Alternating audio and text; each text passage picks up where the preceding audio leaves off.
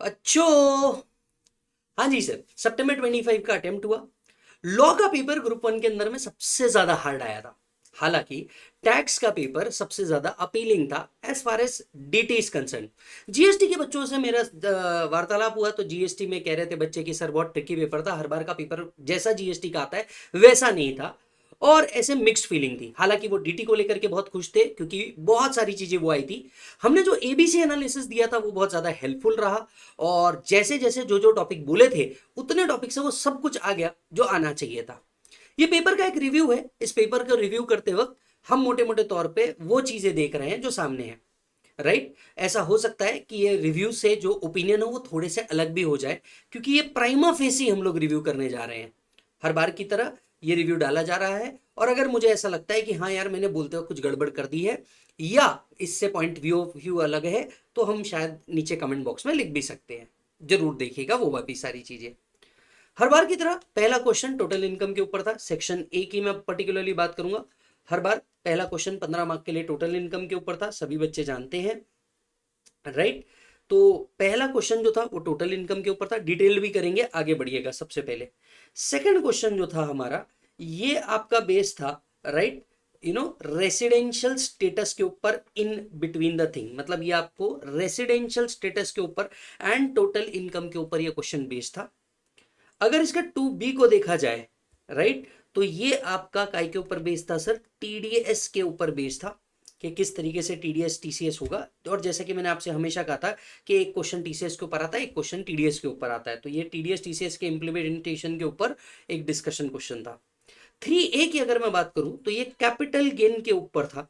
Right, ये capital gain के ऊपर था, जहां पे आपको विद इंडेक्सेशन विदाउट इंडेक्सेशन दोनों ऑप्शन के तहत टैक्स निकालना था। ये जो क्वेश्चन था इसका बी पार्ट, ये आपका सैलरी के ऊपर क्वेश्चन था, और यही एग्जैक्टली वही क्वेश्चन था जो मई 26 का हमारा करंट रिकॉर्डिंग चल रहा है।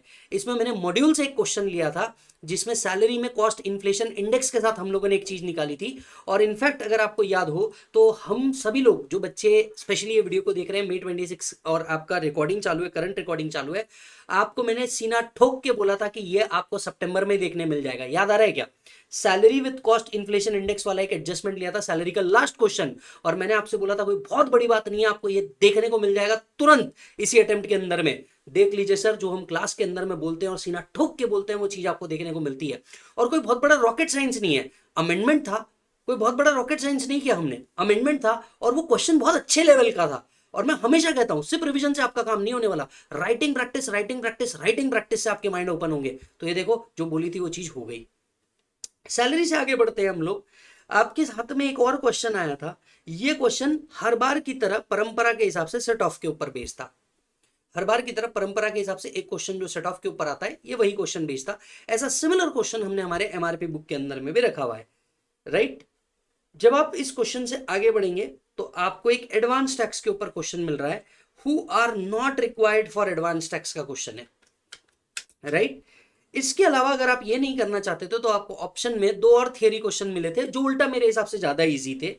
राइट, जो उल्टा मेरे हिसाब से ज्यादा इजी थे वो था, आपको जो ऑप्शन था ये बी में ऑप्शन था।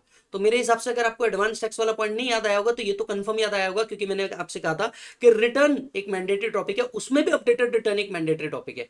तो एक पहला सवाल था यहाँ पे, can return be revised only once, और दूसरा सवाल था updated return can not be filed if original return is a return of loss. Right, ये वाली बात आपको की गई थी। तो इस तरीके का आपका पेपर था। अब हम डिटेल में चलते हैं कि आपका क्या क्या होना चाहिए था। आप बोले तो सीधा जाऊं, आप बोले तो उल्टा जाऊं, मेरे को कोई फर्क नहीं पड़ता। सबसे पहले अगर हम बात करें तो आपके टोटल इनकम की बात कर लेते हैं। राम अ रेसिडेंट इंडिविजुअल है, एज 58 है। कुछ बातें जिस पे आपको फोकस करनी चाहिए थी। पहला, वो एक इंडिविजुअल असेसी है, और ये जो असेसी है ये नॉन सीनियर सिटीजन है। एंगेज मैन्युफैक्चरिंग में है, ये कई जगह पे बड़ा रोल प्ले करता है। यस और नो। और इसका नेट प्रॉफिट 52 लाख है, मतलब लॉजिकली आपने नेट प्रॉफिट से शुरुआत करी होगी। मैं नीचे आके सबसे पहले देखता हूं हमें करना क्या था। You are required to compute total income and tax liability, दोनों निकालनी थी हमको। राम के लिए अंडर द बोर्ड स्कीम, मतलब old scheme as well as new scheme दोनों के अंदर में निकालनी थी। And suggest which one is more beneficial, तो सजेशन का आंसर तो क्लियर होना चाहिए। जिसका इनकम कमाया होगा, दैट इज टैक्स लाइबिलिटी कमाई होगी, हमें वो ऑप्शन सिलेक्ट करना चाहिए था। यस और नो। एक और बात इन्होंने कही कि हमारा जो राम है ये क्या करता है, mercantile system basis of accounting पे फॉलो करता है। ठीक है सर, एक एक चीज को देखते हैं। 52 लाख आपने नेट प्रॉफिट लिखा होगा शायद। Depreciation as per income tax rules is 28 lakh including additional depreciation और new plant and machinery is 1,50,000। तो अब देखिए यहाँ क्या एडजस्टमेंट होनी चाहिए थी, मैं आपको बताऊं। यहाँ ऐसी एडजस्टमेंट होनी चाहिए थी कि भैया ओल्ड स्कीम के अंदर में, क्योंकि आपने इसको ऑलरेडी डेबिट कर रखा है, कुछ करने की जरूरत नहीं थी। पर न्यू स्कीम के अंदर में आपको ये जो एडिशनल डेप्रिसिएशन था इसको ऐड बैक करना चाहिए था, क्योंकि 115 बीएसई में एडिशनल डेप्रिसिएशन अलाउड नहीं है। तो एडिशनल डेप्रिसिएशन क्या होगा दोस्त, ऐड बैक किया जाएगा। नेक्स्ट आता है आपका interest 2,10,000 for short payment of advance tax. Advance tax का जो शॉर्ट पेमेंट है ये इनकम टैक्स का कैटेगरी आता है और ये डिडक्शन बोल के अलाउड नहीं है, तो आपने इसे ऐड बैक करना चाहिए था। नेक्स्ट आता है आपका 3,50,000 paid to a contractor for carrying out white wash works at the factory premises. Tax was not deducted at source on this payment and contractor did not file return of income. देखिए, आप अगर किसी को payment कर रहे हैं probably resident और इसके ऊपर आप टीडीएस डिडक्ट नहीं कर रहे हैं, तो आपका इसमें से 30% जो है ये डिसअलाउ हो जाना चाहिए। सेक्शन कौन सा था, 40A(IA) के तहत। तो भाई साहब यहाँ पे आपको क्या करना चाहिए, 30% का टैक्स डिसअलाउ करना चाहिए। यस और नो। और क्योंकि सामने वाले ने, कॉन्ट्रैक्टर ने रिटर्न नहीं भरा है, तो मैं एसएससी इन डिफॉल्ट भी माना जाऊंगा, राइट। नेक्स्ट है contribution to PM relief fund paid by way of cheque. Add back होना चाहिए। क्यों एडबैक होना चाहिए, क्योंकि ये एक बिजनेस एक्सपेंडिचर नहीं है। हाँ, 80G में इसका डिडक्शन मिलेगा under the old scheme, new scheme में मिलने वाला नहीं है। न्यू स्कीम में मिलने वाला नहीं है, पर ओल्ड स्कीम के अंदर में इसका डिडक्शन मिल जाएगा। अच्छा, राइट, याद आ रहा है आपको। इसके आगे बढ़ते हैं। Expenditure towards advertisement for political party, right, 40,000 paid by cheque. आप ही बताइए, सेक्शन 37(2)(b है इनकम टैक्स का, जो कहता है इस एक्सपेंडिचर का डिडक्शन नहीं मिलना चाहिए, राइट। पर 80 GGB के अंदर में इसका डिडक्शन मिल जाएगा। 80 GGB के अंदर में डिडक्शन मिल जाएगा, that too under the old scheme. New scheme में इसका डिडक्शन नहीं मिलना चाहिए। Next, interest on term loan obtained from cooperative bank not paid before the due date of filing ROI। अगर आप कोई भी पेमेंट करते हैं विदाउट बिफोर द इंटरेस्ट का पेमेंट अगर आप कर रहे हैं और ये इंटरेस्ट आपने पे नहीं किया before the due date of filing ROI, तो इसको एड बैक होना चाहिए। Next, contribution to pension scheme of employ 1,50,000। The eligible salary and dearness allowance for the pension scheme referred to in 80 CCD is 1 lakh, sorry, is 10 lakh। अब मुझे एक बात बताइए, जो पेंशन स्कीम में आप कंट्रीब्यूट कर रहे हैं मैक्सिमम कितना अलाउड है, ये आपको 14% ऑफ सैलरी तक के अलाउड है। तो जितना एक्सेस है उसको क्या करना चाहिए, आपने डिसअलाउ करना चाहिए। मीनवाइल 80 CCD में जो आप कंट्रीब्यूशन कर रहे हैं ओन कंट्रीब्यूशन, उसका डिडक्शन तो मिलेगा ही मिलेगा, that too only under the old scheme. New scheme के अंदर में सिर्फ एम्प्लॉयर कंट्रीब्यूशन का डिडक्शन मिलेगा, दैट इज 80 CCD2। ये याद रखने वाली बात थी। Industrial power tariff concession received 2,50,000 from central government. देखिए, ये जो इंडस्ट्रियल पावर टैरिफ कंसेशन है ये लॉजिकली सब्सिडी के नेचर का होता है, और ये क्योंकि ऑलरेडी क्रेडिटेड है PNL में, आपको कुछ करने की जरूरत नहीं है, ऑलरेडी PGBP में टैक्स होना चाहिए। यस और नो, राइट। फिर interest from bank on FD gross 1,50,000। क्या एडजस्टमेंट होनी चाहिए इसकी, सर इसकी एडजस्टमेंट पहली बात तो ये होनी चाहिए PGBP से लेस होना चाहिए, क्योंकि ये जो इंटरेस्ट है ये IFOS में टैक्सेबल है। एक वर्किंग नोट बननी चाहिए IFOS के अंदर में, 1,50,000 वहां पे एड बैक करना चाहिए। तीसरा एडजस्टमेंट जो शायद आप में से बहुत लोग भूल गए होंगे, टैक्स कैलकुलेट करते वक्त इसका जो 10% का TDS है वो टैक्स लाइबिलिटी में से माइनस होना चाहिए, क्योंकि यहां पे अगर ग्रॉस ब्रैकेट में करके दिया है मतलब टैक्स तो कटा है। आपको वहां पे क्या करना चाहिए था, टैक्स लाइबिलिटी में से क्या माइनस होना चाहिए, TDS माइनस होना चाहिए जो ऑलरेडी डिडक्ट हुआ है, और FD पे इंटरेस्ट है मतलब इंटरेस्ट 10% का होगा, राइट। तो इसका एडजस्टमेंट आपने जरूर करना चाहिए था। ये एडजस्टमेंट खैर अगर आप नहीं भी करते मेरे हिसाब से 1 या 2 मार्क कटने चाहिए आपके। गिफ्ट फादर से रिसीव हुआ है, पहली बात तो इसे PGBP से लेस करना चाहिए। IFOS में जाके ये निल हो जाएगा, क्योंकि gift from a relative is totally exempt, ऐसी नोट आपने लिखी होगी तो इस पर पूरे मार्क्स मिल जाएंगे आपको। Expenditure pertaining to previous year was allowed on due basis but paid in the current financial year in cash, और था भैया 35,000 का। इस पे आपका एक सेक्शन आता है, वो सेक्शन होता है 40A(3)(a), जो कहता है अगर सब्सिक्वेंट ईयर में भी आप पेमेंट करते हैं दैट टू इन कैश, तो ये डिसअलाउड होता है। तो इसी के लिए सर ये डिसअलाउ होना चाहिए। यस, एड बैक होना चाहिए नेट प्रॉफिट में। Next, audit fees previous year की 75,000 थी, टीडीएस डिडक्ट नहीं किया था in the relevant previous year, however TDS current year के अंदर में डिपॉजिट कर दिया गया, टीडीएस करंट ईयर के अंदर में डिपॉजिट कर दिया गया। 75,000 का 30%, 75,000 का 30% आपको लेस करना होगा। कहां से बेटा? पीजीबीपी से। सर आपने ऐसा क्यों किया? लास्ट ईयर का अगर ऑडिट फीस है बेटा वो, तो आपने क्योंकि टीडीएस डिडक्ट नहीं किया होगा इसलिए 30% डिसअलाउ हुआ होगा। वो करंट ईयर में पेमेंट किया तो ये 30% आपको इस साल अलाउ करना चाहिए था, तो ये पीजीबीपी से लेस होना चाहिए था। ये सारे कंप्यूटेशन करने के बाद आपका पीजीबीपी इनकम आएगा, आईएफओएस इनकम आएगा और डिडक्शन भी आएगा। डिडक्शन में ओल्ड स्कीम में तो आपका 80G भी आ जाएगा, 80 CCD भी आ जाएगा। न्यू स्कीम में सिर्फ 80 CCD टू एम्प्लॉयर्स कॉन्ट्रीब्यूशन आएगा। Are you getting the point? और इस हिसाब से जो भी आपका टोटल इनकम बनता है अकॉर्डिंगली फिर वो लिया जाएगा। Is that done? चलिए बढ़ते हैं आगे। ये मोटे मोटे तौर पे फर्स्ट क्वेश्चन था। Yes, question 2A। श्वेता एक इंडियन सिटीजन है, चार्टर्ड अकाउंटेंट है। She is working partner in Shweta and Varun associate which was setup in Chennai, India. ठीक है। विजिट करती है foreign country A quite often and provides accounting services to corporates there in individual capacity. In country A, she is not subject to income tax. Is she a citizen of India? Yes. Right? पहली बात तो citizen of India है, वहां की country में कोई tax नहीं लगता। उसकी डिटेल्ड इनकम बताई हुई है। Ascertain her residential status. Briefly explain the relevant provision along with the taxability in the following independent situation. तीनों सिचुएशन अलग है।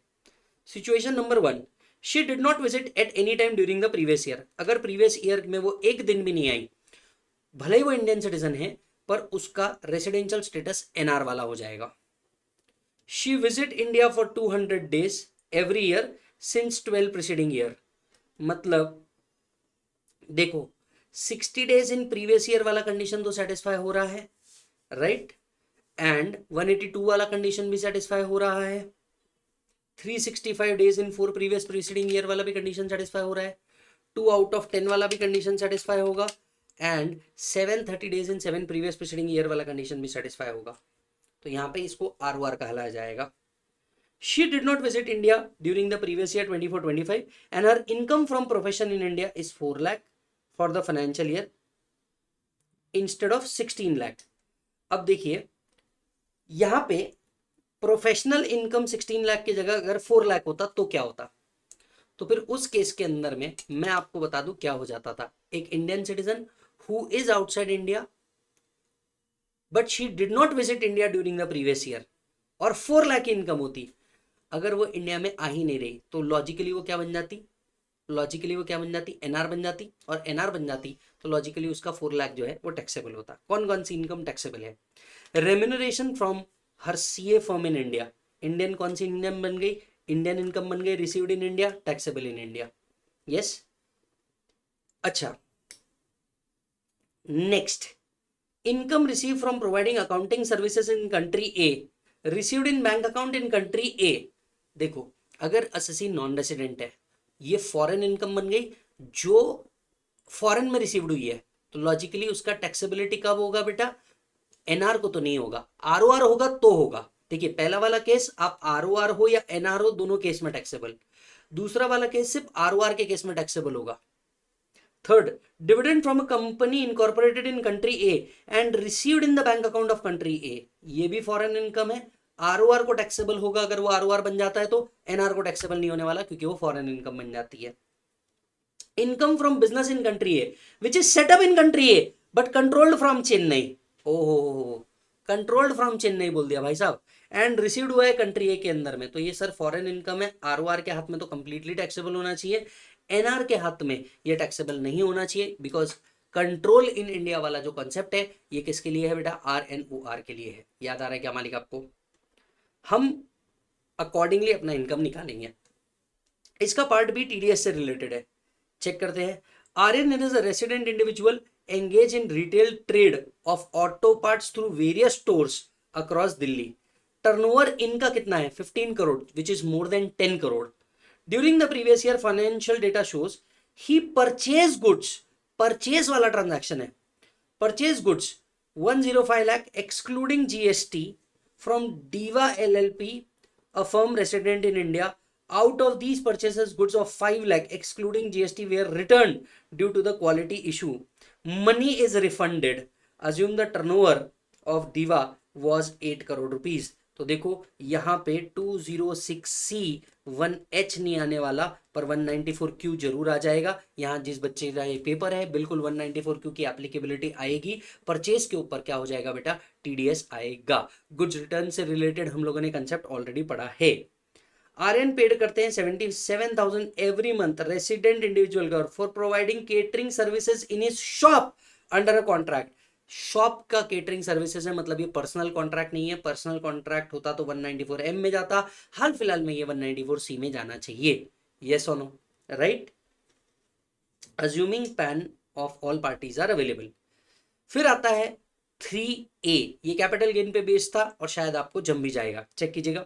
Money a resident individual age 45 years acquire करते हैं plot of land in 2002 for 12,25,000 and stamp duty pay करते हैं 1 lakh rupees की on registry. तो ये आपका एक्चुअल कॉस्ट बन गया। He sold the land in 2024, कब, अक्टूबर में, मतलब आफ्टर 23/7 सेल हुआ है, for 80 lakh. Stamp duty value is 83,50,000। तो चेक कीजिएगा 80 लाख प्लस 10%, क्या आपका स्टैम्प ड्यूटी वैल्यू एक्सीड कर रहा है 110% ऑफ कंसिडरेशन से? The answer is no. तो आपका full value of consideration 80 lakh लेना चाहिए। Why? Because stamp duty value does not exceed 110% of consideration. Advise money about the which option of computation of capital gain is most suitable for him as far as tax liability is concerned, on the assumption that he has no other income chargeable to tax and has not opted for 115 BAC। और आपको tax computation भी बोला है। तो देखो अगर मैं old scheme के अंदर में रहूं, इसमें से मैं कॉस्ट ऑफ एक्विजिशन भी माइनस करूंगा, दैट इज 13,25,000। ये आपका शायद बनना चाहिए capital gain, that two of long term nature without indexation. एक आप करेंगे विथ इंडेक्सेशन, एक आप करेंगे विथ इंडेक्सेशन 80 लाख, यहाँ आप करेंगे 13.25 lakh into 363 divided by 2002, that is 105। मार्च 2002 बोला है, यानी आपका 100 करना पड़ेगा। मार्च 2002 बोला है, मतलब आपका 100 करना पड़ेगा। और what ever is the capital gain आता है, जो विथ इंडेक्सेशन वाला ऑप्शन है उस पर 12.5 लेना है, जो विदाउट इंडेक्सेशन वाला ऑप्शन है उस पर 20% लेना है, और आपको अकॉर्डिंगली बेस्ट सिलेक्ट करना है। यहाँ पे आपके मार्क्स कटने चाहिए। कब कटने चाहिए मैं आपको एक बात बताऊं, आपके मार्क्स कब कट जाएंगे दोस्त? तो दोस्त आपके मार्क्स कट जाएंगे अगर आपने वो नोट नहीं लिखा होगा। Since assessee individual has holded a land and building which was acquired prior to 23/7 sold after 23/7, capital gain shall be computed without indexation and you have an option to calculate the tax as this manner। तो जो भी आपका आएगा आपको वो lower select करना चाहिए। फिर आता है सैलरी का क्वेश्चन। सैलरी के क्वेश्चन के अंदर में क्या एडजस्टमेंट है, बहुत छोटा और इजी क्वेश्चन है। इनफैक्ट जो नए मॉड्यूल आए हैं जनवरी 26 में, जो नए मॉड्यूल आए हैं मई 26 के लिए, ये उसका क्वेश्चन है। और मैंने मेरे मई 26 और जनवरी 27 के सारे बच्चों को बोल दिया था, इनफैक्ट सितंबर अटेम्प्ट से पहले बोल दिया था कि सर ये क्वेश्चन आपको आने वाला है, और वही क्वेश्चन आया। चेक कीजिएगा। Prabhu, resident individual, age 45 year, is employed with a private limited company HR on a basic salary of 80,000 per month. He has been provided with following other benefit. Rent free accommodation दिया है, तो RFA का जैसे calculation करते हैं आप वैसे ही करेंगे। जस्ट आपको मेक श्योर करना होगा कि लास्ट ईयर से आपको आरएफए प्रोवाइड किया है, तो करंट ईयर में जो आपका अमाउंट है वो कॉस्ट इन्फ्लेशन इंडेक्स के ऊपर नहीं जाना चाहिए। दूसरा था मोबाइल, तीसरा था कार, और चौथा था वीडियो कैमरा और लैपटॉप जो है ये दिया गया है। कंपनी इसको परचेज किया है और अकॉर्डिंगली एसेट असेसी को क्या किया गया है, सेल किया गया है। तो ये बहुत इजी कैलकुलेशन था, इसमें बस पूरा कुल मिला के गेम इधर का ही था। कुल मिला के जो गेम था वो इधर का ही था। रेंट फ्री अनफर्निश्ड अकोमोडेशन जो है, इसका जो करंट ईयर का परक्विजिट वैल्यू है वो कॉस्ट इन्फ्लेशन इंडेक्स के हिसाब से जितना आ रहा है उससे ऊपर का नहीं होना चाहिए। बस इतना ही वहां पे गेम है, इतना ही वहां पे गेम है। Is that done? Next, assessee resident individual है, वर्किंग पार्टनर है in two firms, engage retail business में गारमेंट के, और वो प्रोवाइड कर रही है फॉलोइंग इंफॉर्मेशन। ठीक है, ऐसे केस में हमें सबसे पहले इनकम इनकम लिखनी चाहिए। Remuneration receive by partner from firm, right, और आपको रेम्यूनरेशन रिसीव हुआ है और इतना ही डिडक्टेबल है फर्म के लिए भी, तो ये आपकी इनकम मानी जाएगी। पहले इनकम इनकम लिख लो, लॉस को बाजू रखो। Income from activity of owning and maintaining horse races, ये भी इनकम में आएगा। लॉन्ग टर्म कैपिटल गेन है, ये भी देखो इनकम में आएगा। बच्चों को देखो, जो अपने बच्चे हैं उन्होंने इनकम इनकम को पहले ही क्लासिफाई करके रखा और इसमें से एलिजिबल लॉसेस माइनस करे होंगे, तो ये अच्छा किया है इन्होंने। यस,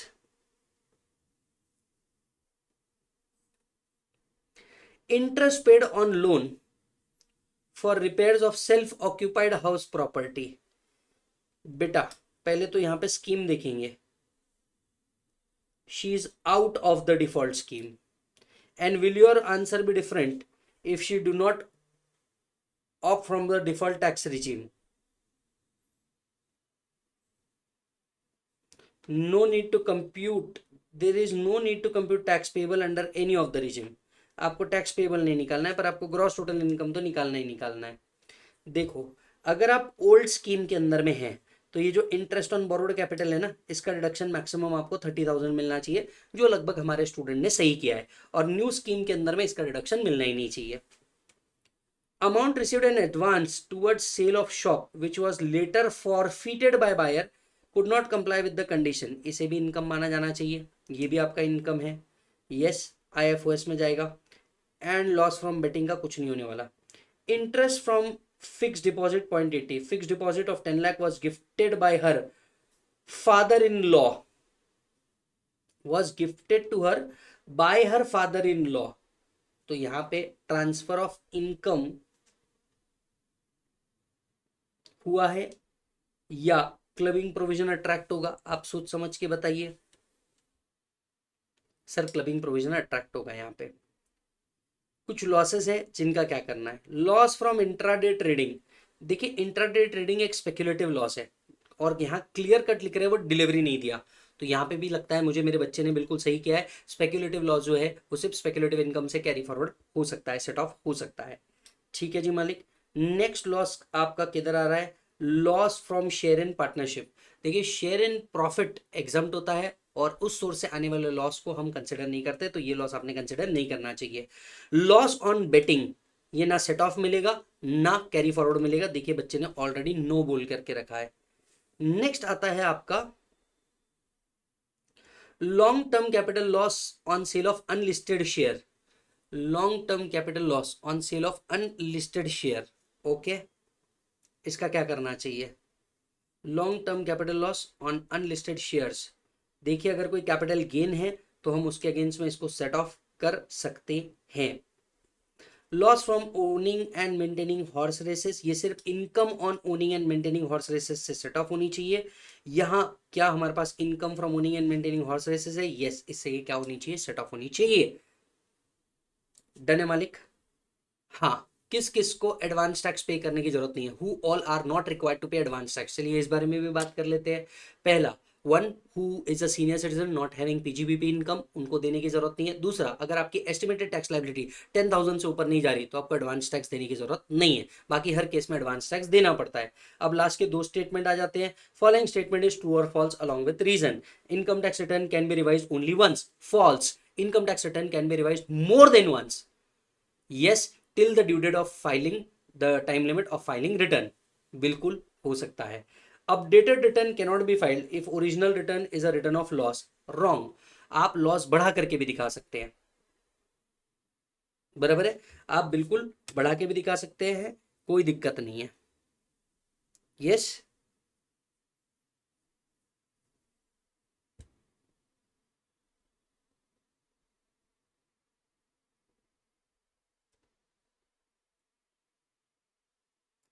डन है बेटा। चलिए, ये है आपका पूरा का पूरा पेपर। आई होप आपने सब्सटैंशियली सही किया होगा एंड आपने सारी चीजें सही की होगी। इस पर्टिकुलर पार्ट के अंदर में, राइट। आप मुझे कमेंट करके बताइएगा कैसा लगा, आपका क्या रिव्यू था और आपका पेपर किस तरीके से गया होगा। Thank you so much.